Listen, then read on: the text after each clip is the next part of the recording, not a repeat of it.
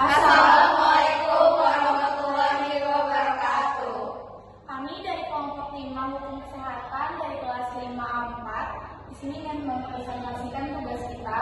Sebelumnya, izinkan perkenalan, nama saya Kanisha Larasati. Nama saya Anisya Putra-Benda. Nama saya Sheila Dwi. Nama saya Dian Pradisa. Nama saya Sawai Madi. Jadi latar belakang dari hukum kesehatan yaitu hukum kesehatan dibentuk untuk melindungi hak masyarakat atas kesehatan sebagai dari hak asasi manusia yang dijamin dalam Undang-Undang Dasar 1945 Pasal 28H Ayat 1. Perkembangan ilmu kedokteran dan farmasi serta maraknya penyalahgunaan obat dan praktik medis ilegal mendorong lahirnya Undang-Undang Nomor 36 Tahun 2009 tentang kesehatan. Undang-undang ini menjadi landasan hukum nasional dalam penyelenggaraan kesehatan, pengawasan obat dan alat kesehatan, serta penegakan sanksi bagi pelanggar agar tercipta keamanan, mutu, dan kepastian hukum di bidang kesehatan.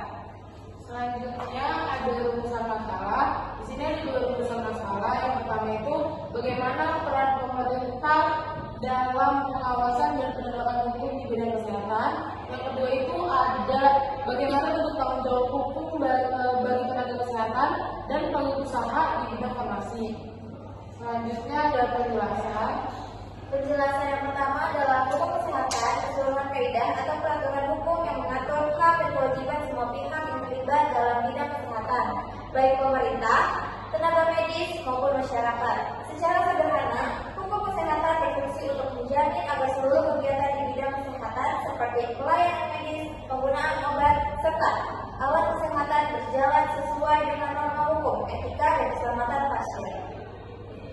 Penjelasannya, menurut pasal 1 angka 1 Undang-Undang Nomor 36 Tahun 2009 tentang kesehatan adalah keadaan sehat baik secara fisik, mental, spiritual maupun sosial yang memungkinkan setiap orang untuk hidup produktif secara sosial dan ekonomis. Dari pengertian ini, hukum kesehatan menjadi alat untuk melindungi dan menegakkan hak atas kesehatan dan dijamin oleh pasal 28H ayat 1 Undang-Undang 1945. Selanjutnya tujuan hukum kesehatan: 1. Melindungi hak masyarakat untuk memperoleh pelayanan kesehatan yang akan bermutu dan terjangkau. 2. Yaitu memberi kepastian hukum bagi tenaga medis dan pelaku usaha di bidang farmasi. 3. Yaitu mewujudkan keadilan dan mencegah penyalahgunaan praktik kesehatan. Yang keempat, menjamin pengawasan terhadap obat dan alat kesehatan agar tidak menimbulkan bahaya bagi masyarakat. Nah, selanjutnya ada ruang lingkup dari hukum kesehatan, yaitu ada pertama tenaga kesehatan, yaitu dokter, perawat, apoteker, bidan, dan lain-lain. Yang kedua ada pelayanan kesehatan, yaitu seperti rumah sakit, klinik, puskesmas, dan juga apotek. Kemudian ada sediaan farmasi dan alat kesehatan, yaitu produksi, distribusi, dan izin edar. Kemudian yang keempat ada etika dan tanggung jawab profesi medis. Kemudian yang terakhir ada perlindungan pasien dan hak atas kesehatan. Ya, selanjutnya ada dasar hukum itu ada Undang-Undang 1945 Pasal 28H ayat 1, hak atas kesehatan sebagai hak asasi manusia. Yang kedua ada Undang-Undang Nomor 36 Tahun 2009 tentang kesehatan yang mengatur sistem kesehatan nasional. Yang ketiga ada Undang-Undang Nomor 29 Tahun 2004 tentang praktik kedokteran yang mengatur profesi tenaga medis. Yang keempat ada Undang-Undang Nomor 44 Tahun 2009 tentang rumah sakit. Yang kelima ada Peraturan BPOM yang mengatur peredaran obat-obat dan makanan. Dan yang terakhir itu ada Undang-Undang Nomor 8 Tahun 1999 tentang perlindungan konsumen. Berdasarkan hukum kesehatan, yang pertama ada hukum administratif, mencabut izin, praktik, sanksi, dan administratif. Yang kedua ada hukum perdata, ganti rugi atas kelalaian tenaga kesehatan. Yang ketiga ada hukum pidana, penjara atau denda bagi pelanggaran serius, misalnya peredaran obat tanpa izin edar sebagaimana diatur dalam pasal 196 dan 197 UU Kesehatan. Selanjutnya ada strategi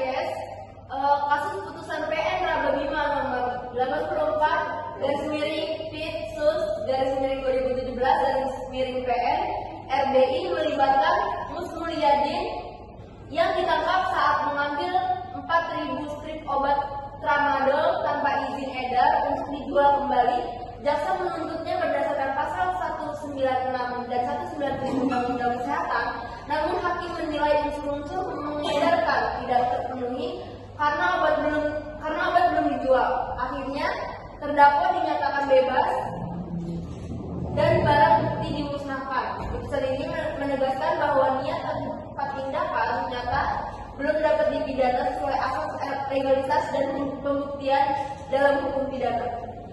Kesimpulan, kasus ini menggambarkan bahwa dalam hukum kesehatan, setiap perbuatan harus memenuhi seluruh unsur delik untuk dapat dipidanakan. Meskipun terdakwa bermaksud menjual obat tanpa izin edar karena belum sempat melakukan tindakan pengedaran, maka pengadilan menjatuhkan putusan bebas atau free track sesuai prinsip keadilan dan kepastian hukum. Terima kasih. Sekian dari kelompok 5. Wassalamualaikum